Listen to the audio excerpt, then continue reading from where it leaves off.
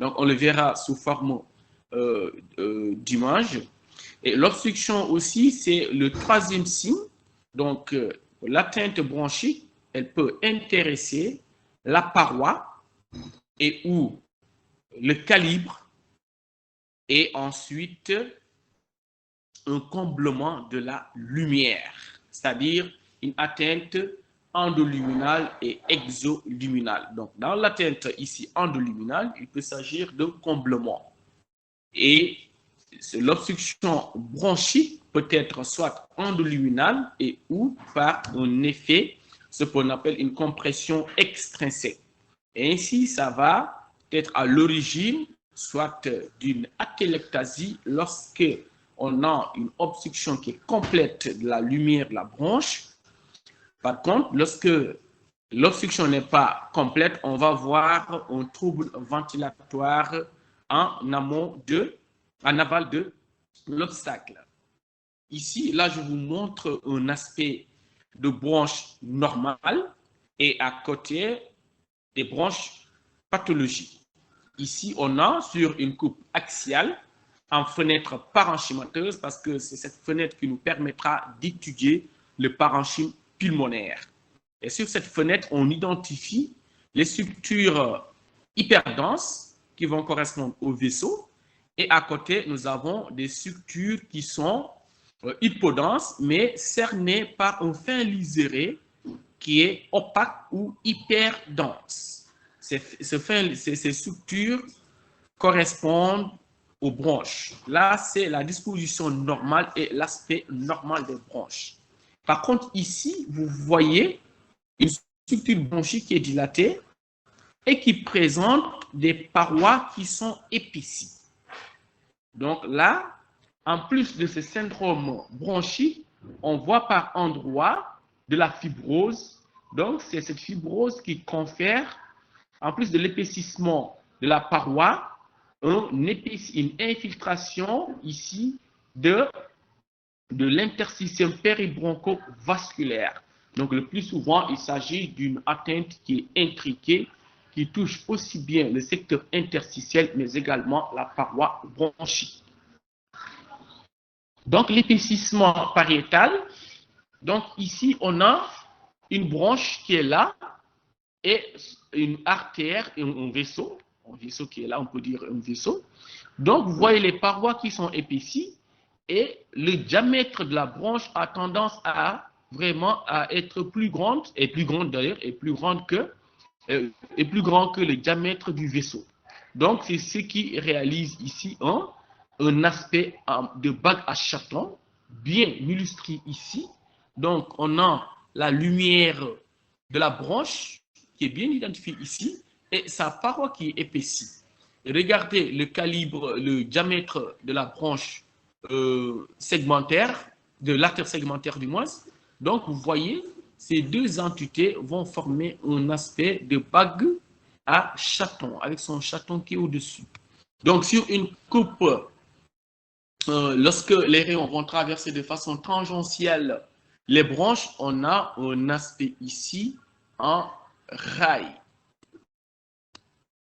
Donc, vous voyez la dilatation. Ici, on a une dilatation bronchique associée à un épaississement. Vous voyez un épaississement de la paroi. Et ici, en plus de la dilatation, on a un comblement de la lumière de la branche. Donc, le plus souvent, ces aspects sont retrouvés au cours de la mucoviscidose. C'est-à-dire là, en fait, la localisation pulmonaire de la mucoviscidose. Donc, lorsque l'obstruction est complète, donc ça va donner l'aspect classique d'une atélectasie, dont les signes directs vont se présenter sur la radiographie standard et au scanner sous forme d'une opacité qui est triangulaire à base sous-pleurale et à sommet hilaire.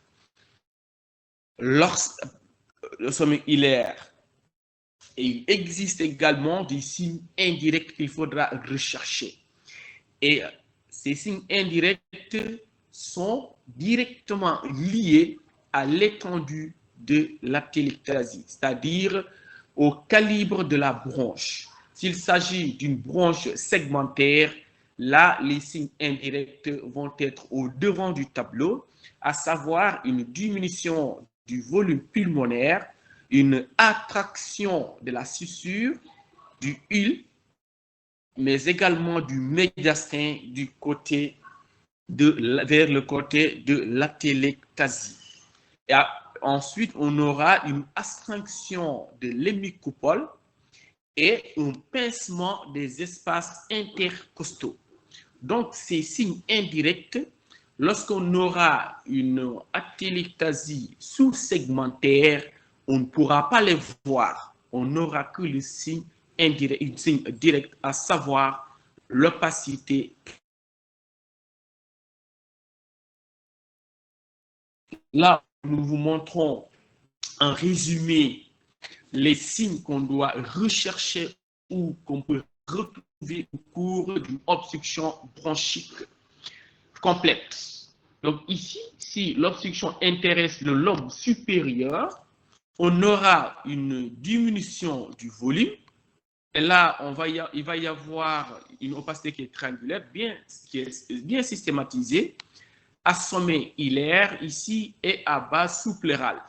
Donc, il va s'ensuivre des signes indirects à type de rétraction ou bien une rétraction de la capsule, de la petite suture, une surélévation de la coupole diaphragmatique, une diminution du volume pulmonaire. Normalement, le volume pulmonaire est représenté par les pointillés ici. Et ensuite, une rétraction, c'est-à-dire une attraction du médiastin, dont les contours, en fait, les limites normales ici sont représentées par les pointillés. Donc, on a une attraction du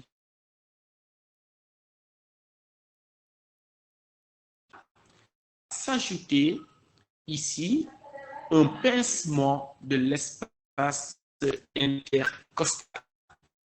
Donc ici, c'est le résumé de l'ensemble des lésions élémentaires qu'on peut retrouver en cas d'une obstruction bronchique complète. Et sur la radiographie, on voit cette opacité qui est triangulaire, bien systématisée, au sein de laquelle on ne retrouve pas de bronchogramme aérique, parce qu'ici, il s'agit d'abord d'un défaut d'expansion des alvéoles. Donc ici, on a un collapsus alvéolaire. Donc vous conviendrez mieux avec moi qu'on ne pourrait pas retrouver des alvéologrammes, encore moins des bronchogrammes. Et là, on a associé à une rétraction et les contours. Vous voyez les contours ici, les contours, on a une concavité et non pas une on a ici une concavité vers le bas et une convexité vers le haut. OK? Et là, vous voyez sur la radiographie, sur le scanner, à la fenêtre parenchymateuse, à mini-MIP, on voit ici, par contre, on voit des bronchogrammes aériques. Et là, la lotion ici n'est pas totalement complète. Elle va, en fait, au fur et à mesure, ça va évoluer vers la disparition complète de ces bronchogrammes aériques. Donc, on peut avoir des fois un syndrome, une atelectasie aérée. C'est ce qu'on appelle dans ce cas une atelectasie qui est aérée, qui est bien aérée, parce qu'on parvient à voir à l'intérieur les bronches. Mais au fur et à mesure que le processus va persister, donc ce bronchogramme aérien va disparaître. Mais c'est le caractère ici rétractile qui confère à cette opacité, donc le caractère rétractile est vraiment qui permet de poser le diagnostic d'une atelectasie. Donc au scanner ici, vous voyez, à l'intérieur, on ne voit pas de bronchogramme aérien. Et ce qui va rassurer ici le radiologue, c'est après injection, on va retrouver au sein de ce collapsus pulmonaire alvéolaire des structures vasculaires qui sont bien opacifiées et que l'atelectasie va vraiment